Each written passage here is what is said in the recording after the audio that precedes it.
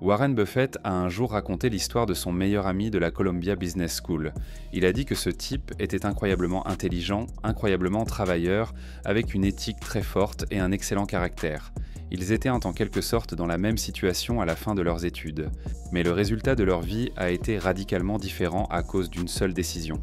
Son ami s'est lancé dans l'industrie de l'acier. Il a travaillé très dur et gagne modestement sa vie. Tandis que Warren a créé son premier partenariat privé qui deviendrait plus tard Berkshire Hathaway. Et il a dit cette dernière phrase qui m'a toujours frappé et qui m'était restée depuis. Ce que j'ai appris, c'est que ce n'est pas tant la force avec laquelle vous ramez qui est importante, mais le bateau dans lequel vous êtes. Pour ceux qui ne me connaissent pas, mon nom est Alex Hormozi. Je possède un portefeuille d'entreprises qui réalise environ 85 millions de dollars par an. Et vous voulez entendre quelque chose de complètement fou ? J'ai pu gagner en un an plus que les PDG de McDonald's, Ikea, Ford, Motorola et Yahoo réunis, en tant que jeune dans la vingtaine, ce qui a représenté plus d'1 million de dollars par mois en dividendes pendant près d'une demi-décennie. Ce qui est intéressant, c'est que le fait que j'exprime cela crée de l'envie chez certaines personnes, de la colère chez d'autres, du scepticisme chez la plupart et de la confusion chez les personnes âgées. Et j'espère que cela inspirera quelques privilégiés parce que c'est pour vous que je fais ça. Voici donc quelques observations que j'ai ajoutées rapidement ce matin parce que Ryan m'a demandé d'en parler. Quelque chose que j'ai apprises. 1. Tout le monde veut que vous réussissiez, mais pas mieux qu'eux. Sauf que personne ne veut vraiment que vous soyez riche, à part vous.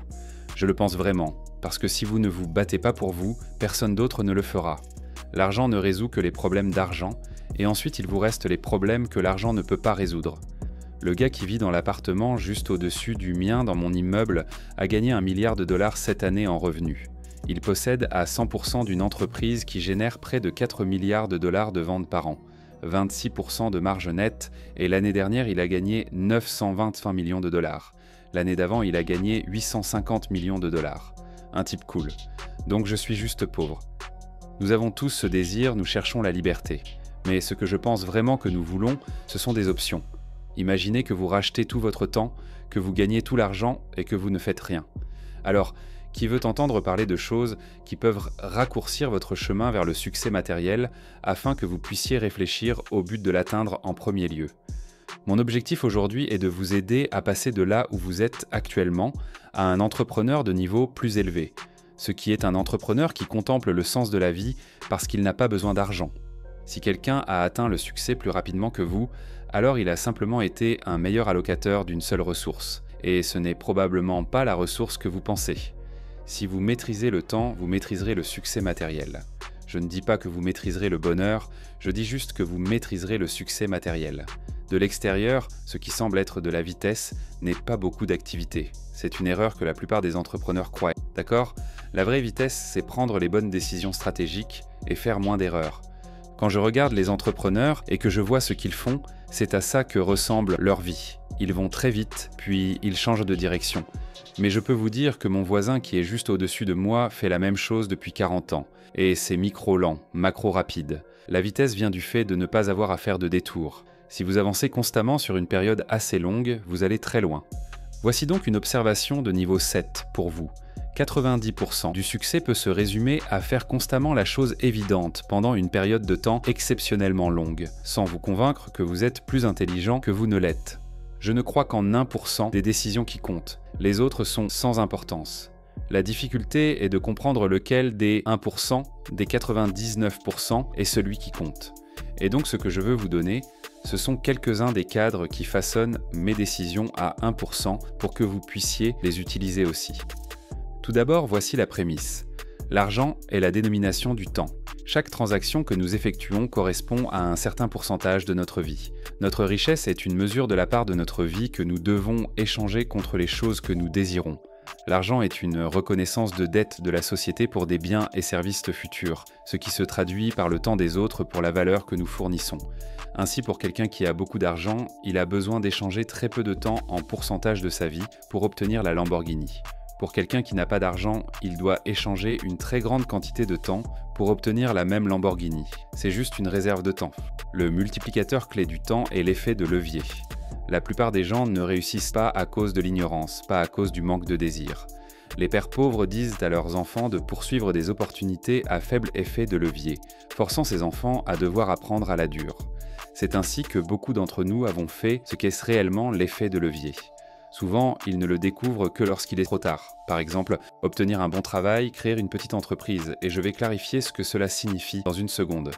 Juste une parenthèse, je pense que l'une des choses les plus précieuses que vous puissiez faire est de lire des autobiographies de milliardaires, car vous pouvez voir comment ils pensent. Il est plus difficile de créer une petite entreprise qu'une grande entreprise, car les talents de niveau 10 ne sont attirés que par les grandes opportunités. C'est plus difficile parce que vous devez le faire seul, vous devez tout faire. Si vous poursuivez les grandes choses, cela en vaut également la peine, car les petits objectifs et les grands objectifs sont tout aussi difficiles. Vous devez passer du temps pour atteindre l'un ou l'autre, autant donc les rendre grands. Ceci étant établi, voici les 4 cadres que j'utilise pour appliquer l'effet de levier. Ces astuces ont donné un succès matériel plus rapide que la normale, que beaucoup prétendent désirer. Numéro 1, développer l'entrepreneur. Numéro 2, développer le marché. Numéro 3, développer le livrable. Numéro 4, développer l'entreprise. Maintenant, d'un point de vue équation, un entrepreneur de niveau 10 sur une opportunité de niveau 1 s'en sortira toujours assez bien, mais pas très bien. L'opportunité est fonction de 2 de ces choses, le marché multiplié par la scalabilité du livrable. Si vous avez un idiot sur une opportunité de niveau 10, il gagnera quand même de l'argent. Certains d'entre vous les connaissent, certains d'entre vous en sont. Et enfin, le sens des affaires, c'est de comprendre comment l'entreprise elle-même doit évoluer. D'accord, commençons par le premier. Vous ne gagnez pas autant que vous le voulez parce que vous n'êtes pas aussi bon que vous le pensez. Si quelqu'un sur votre marché gagne plus que vous, c'est parce qu'il est meilleur que vous au jeu. Ne leur jetez pas la pierre, jetez plutôt la pierre à votre ego. Admettez vos lacunes et apprenez leurs forces. Ce sera le seul moyen de les battre. Si nous pouvons admettre la lacune, alors au moins nous pouvons créer un espace pour apprendre. Alors, comment devenir meilleur ? À cause de la façon dont nous lançons nos business. Chaque entreprise est limitée par l'entrepreneur de l'une des 3 manières suivantes. Si vous êtes l'entrepreneur, soit il vous manquera une compétence. Numéro 2, il vous manquera un trait de caractère. Numéro 3, il vous manquera une croyance. En réalité, toutes les entreprises peuvent fonctionner, mais aucune ne fonctionnera si vous les poursuivez toutes. Et beaucoup d'entre vous avez probablement la main dans 2 choses. Vous vous dites « je ne suis pas vraiment sûr de laquelle c'est ». Merde, choisissez. Choisissez parce que les gens contre qui vous êtes en concurrence n'ont qu'une seule chose. Et imaginez un instant qu'une de ces entreprises disparaisse. Tout ce que vous avez dans cette entreprise s'évanouit, comme ce serait facile de faire gagner l'autre. Alors faites-le. J'étais dans un podcast il n'y a pas si longtemps pour de jeunes entrepreneurs masculins, et le gars disait « Et tu sais, je comprends vraiment d'où tu viens. Je sais que tu as passé toutes ces années à en baver dont personne ne parle. Et donc pour tout le public qui veut juste prendre un raccourci, quel est ton conseil ?» Et j'ai dit « Vous ne me battrez jamais parce que vous n'êtes pas prêt à le faire. » Je pense donc que la plus grande lacune des gens, ce sont leurs attentes. Parce que nous avons ces attentes très élevées, tout le monde essaye de devenir millionnaire en 90 jours. Alors que si je vous faisais signer un contrat qui dit « Je vous promets que vous serez millionnaire dans 5 ans, mais vous ne gagnerez rien pendant 5 ans jusqu'à ce que vous deveniez millionnaire », seriez-vous prêt à le signer ? La plupart des gens disent qu'ils le feraient, mais ils ne vivent pas comme s'ils le feraient. Et je vous promets que si vous vivez comme si vous le feriez, vous y arriverez. Mais tout le monde recommence tous les 90 jours en pensant que ce sera la bonne chose, alors que vous auriez pu simplement avoir cette lente progression qui vous y mènera éventuellement.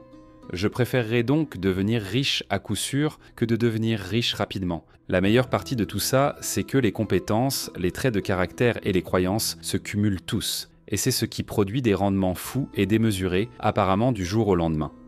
Laissez-moi vous donner un exemple de quelqu'un qui est bon en maths. Supposons que vous êtes bon en maths, pas très monétisable. Maintenant, disons que vous vous dites « Je vais commencer la comptabilité, je veux apprendre à tenir les livres ».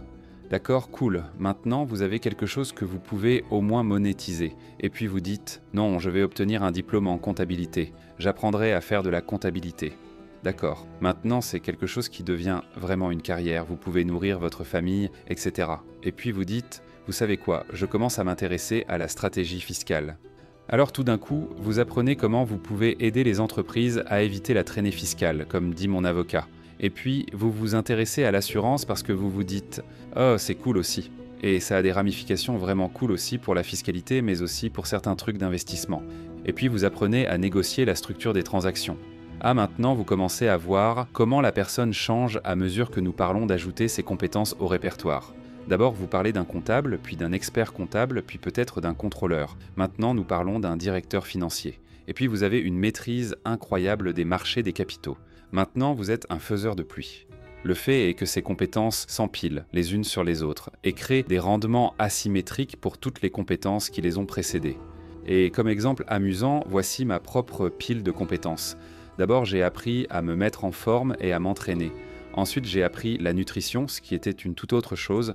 Ensuite, j'ai appris à vendre, alors j'ai commencé à gagner un peu d'argent. Ensuite, j'ai appris à faire du marketing localement. J'ai donc commencé à obtenir des prospects et je savais déjà comment vendre. Ensuite, j'ai appris à gérer, alors j'ai développé jusqu'à 6 emplacements. Et puis j'ai appris à développer des équipes de vente. J'avais donc 6 personnes qui vendaient dans tous ces emplacements. Et puis j'ai appris à faire du marketing au niveau national. Et parce que je savais déjà comment développer des équipes de vente, je savais comment gérer une grande entreprise, parce que j'avais 40 employés quand j'avais 25 ans. J'avais donc toutes ces autres choses. Mais dès que j'ai eu cette croyance que j'avais un véhicule différent que je pouvais poursuivre, nous sommes passés de 0 à 28 millions de dollars par an en 20 mois. Plutôt cool. Le truc, c'est de penser quelle est ma pile de compétences et quelles sont mes lacunes et lesquelles de ces lacunes m'empêchent d'obtenir ce que je veux et pourquoi je ne travaille pas dessus. Cool. Est-ce que chaque être humain ici voit comment vous pouvez devenir un entrepreneur avec un effet de levier plus élevé en auditant et en améliorant vos compétences, vos traits de caractère et vos croyances? Oui. Cadre numéro 2, développer le marché. Vous devez sélectionner l'avatar auquel vous pouvez fournir le plus de valeur. La question numéro 1 que l'on me pose, quel avatar devrais-je poursuivre? Celui que vous pouvez aider le plus. Simple. La réponse moyenne est, choisissez un avatar pour pouvoir standardiser votre service et fournir cette valeur avec une faible traînée opérationnelle. Et c'est pourquoi vous en choisissez un pour pouvoir faire la même chose encore et vous améliorer de plus en plus, afin de ne pas avoir à dépenser autant de ressources pour faire le même niveau de valeur, ce qui crée des marges, ce que vous pouvez emporter chez vous et dépenser en Lamborghini. Voici donc ma réponse en direct. Si vous n'aviez qu'une seule chose à obtenir avec votre stand de hot dog et que vous aviez un avantage concurrentiel, que voudriez-vous? Voudriez-vous le meilleur emplacement? Voudriez-vous les meilleurs ingrédients?